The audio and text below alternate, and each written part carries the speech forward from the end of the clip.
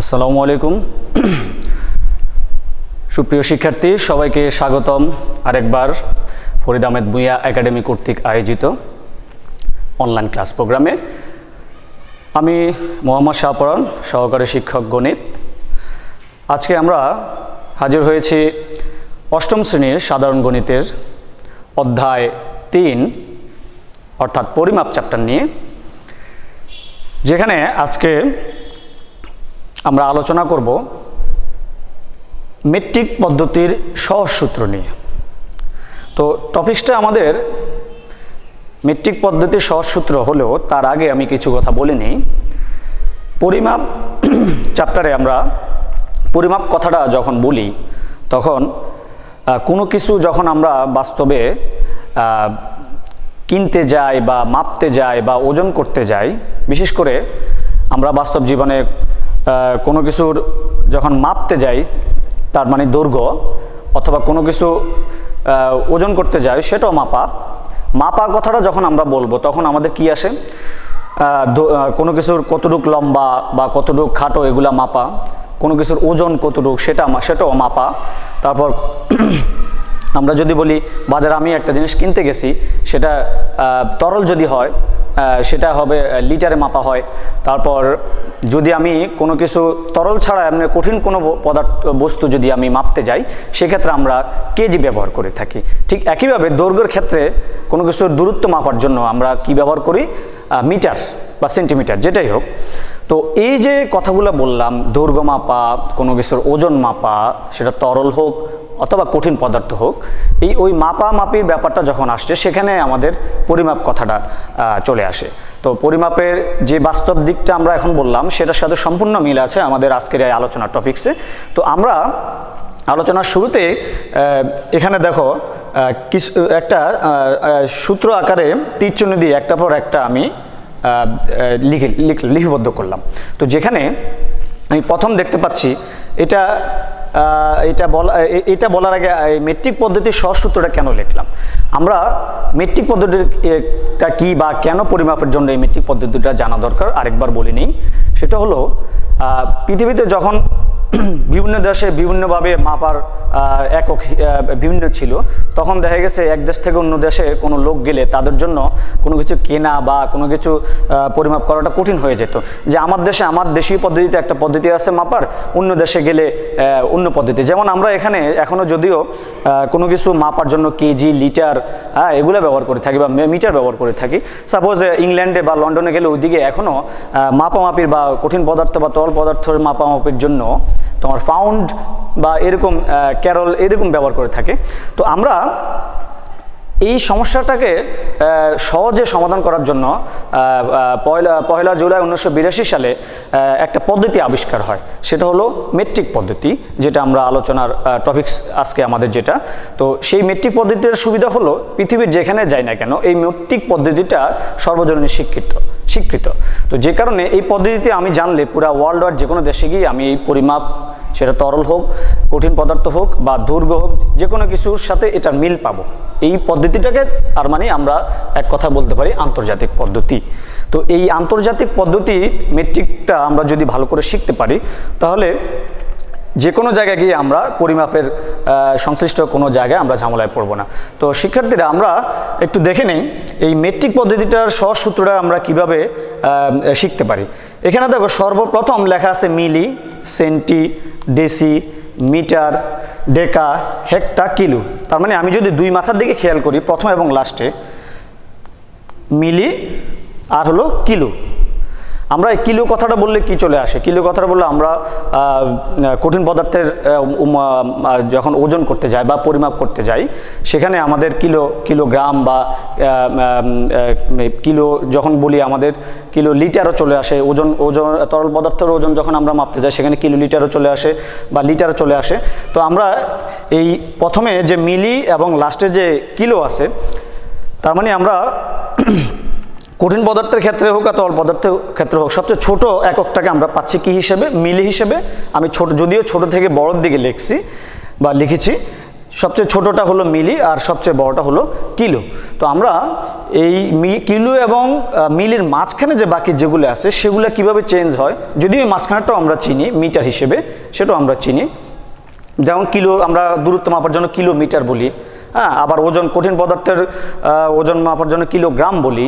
তো আমরা এখানে আপাতত যেগুলো লিপিবদ্ধ করেছি সেটা কিলো, কঠিন বস্তু হোক আর তরল বস্তু হোক, আর দূরত্ব বা দূরত্ব মাপার জন্য হোক, সবগুলো একইভাবে আমরা ব্যবহার করতে পারবো সব জায়গায়। তো দেখি এখান থেকে এখানে কিভাবে সামনের দিকে আগাচ্ছে। মিলি থেকে কিলো পর্যন্ত যাওয়ার জন্য আমার কতটুক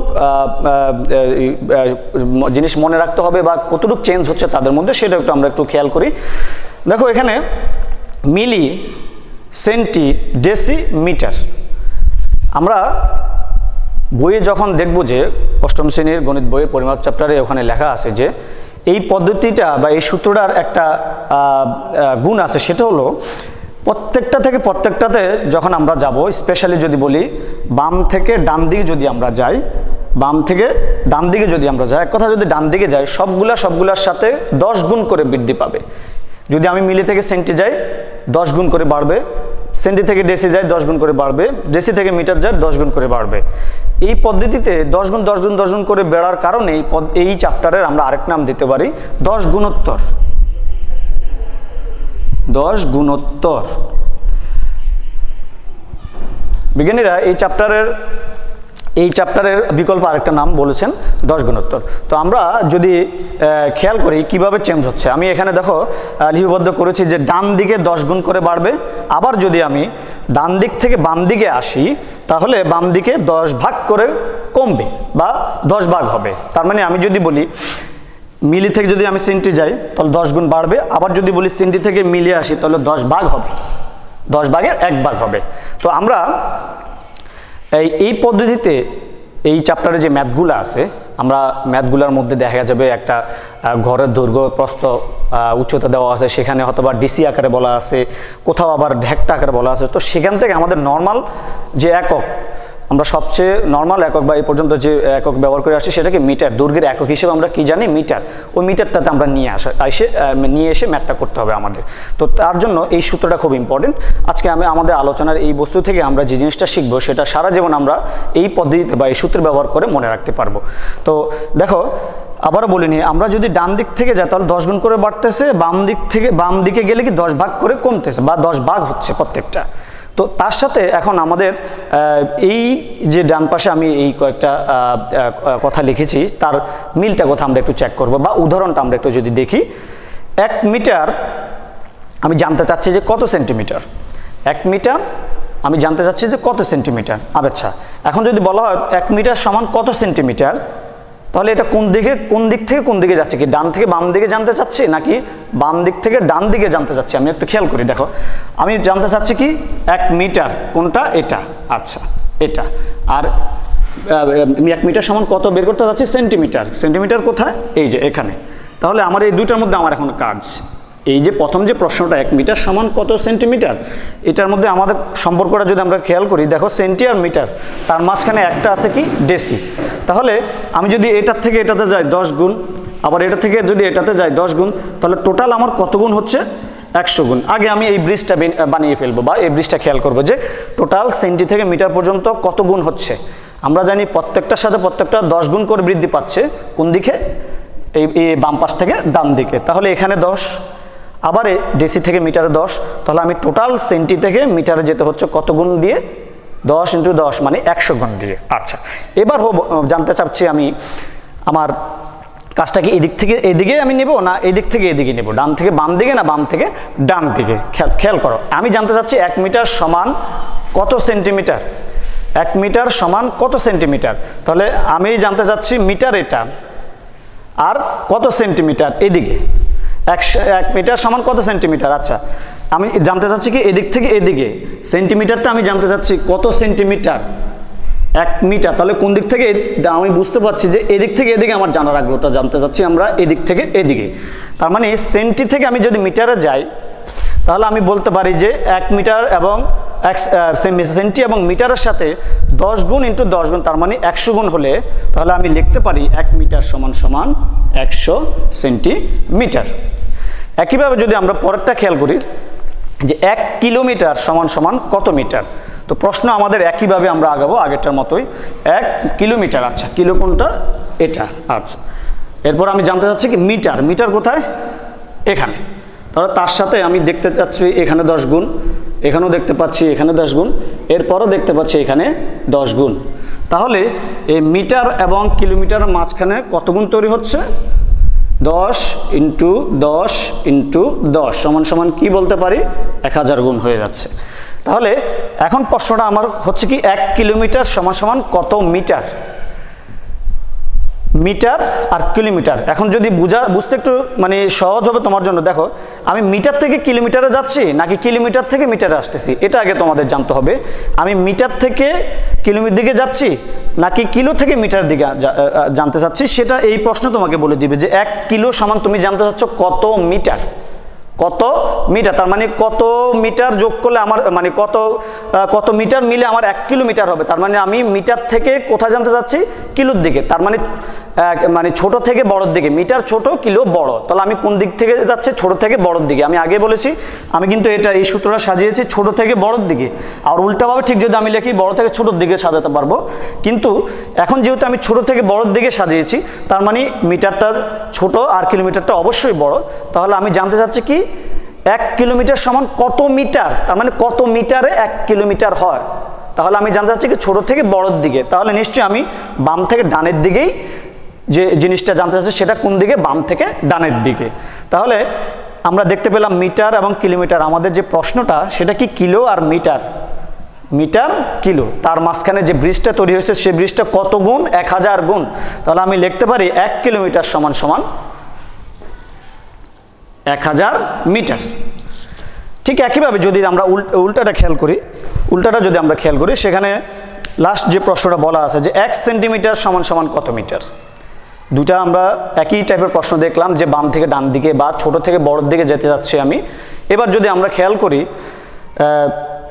বড় থেকে ছোটোর দিকে আমি জানতে চাচ্ছি, সেরকম একটা প্রশ্ন যদি আমরা খেয়াল করি 1 সেন্টিমিটার সমান সমান কত মিটার। আচ্ছা তাহলে আমরা সূত্রের দিকে যদি একটু চলে আসি, বোঝার সুবিধার্থে এই অংশটুকু মুছে ফেলি লেখার সুবিধার্থে।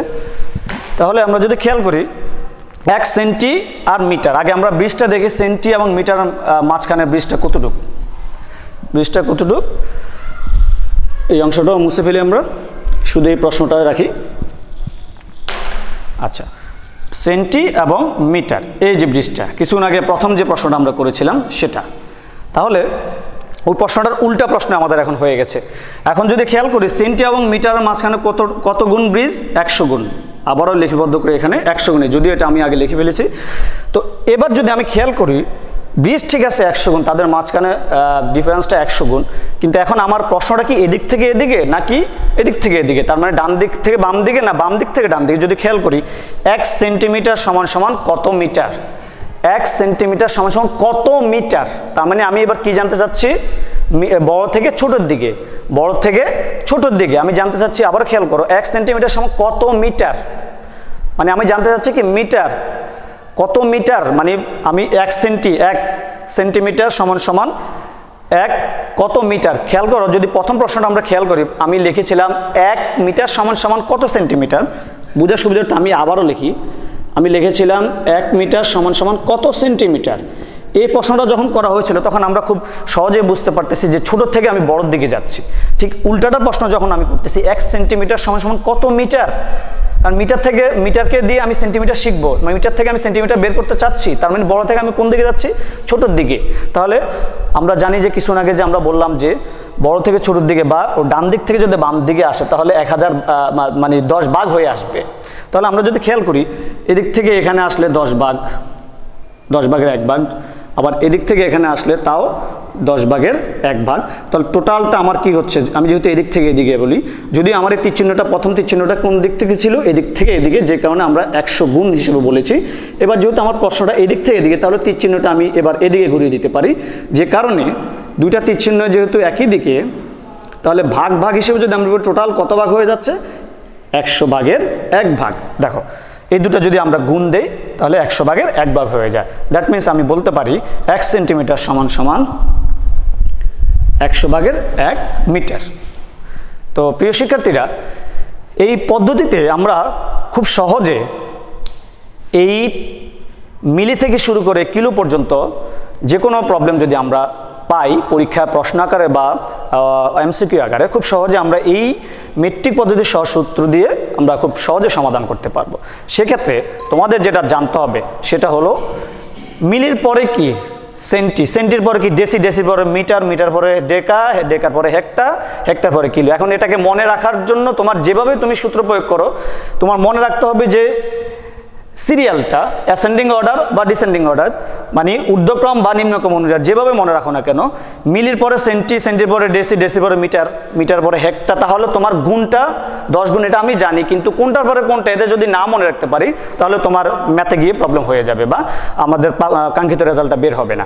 সেক্ষেত্রে তোমার অবশ্যই এই সিকোয়েন্সটা মনে রাখতে হবে, সিকোয়েন্স।